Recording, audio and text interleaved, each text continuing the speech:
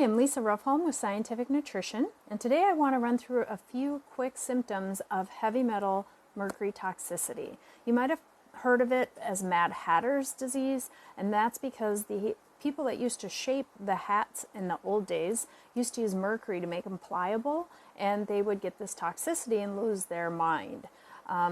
Luckily, we aren't doing that anymore, but a few of the symptoms that are encountered may include pain in your limbs. Rashes are a huge one, and I can typically tell when someone is dumping the mercury because of rashes. Tremors, vision loss, muscle weakness or impaired balance, numbness or tingling in the feet, arms, legs, nervousness, mood swings, migraines, insomnia.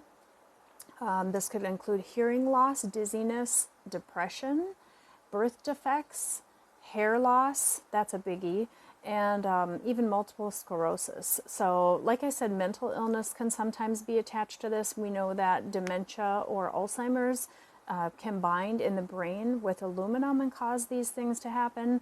So if you'd like a few sources or a short list of where you might be getting some mercury in, which we don't want obviously, hop over to my blog and I'll share those with you. And if you have any issues or anything I can help you with, I'd love to be here for you.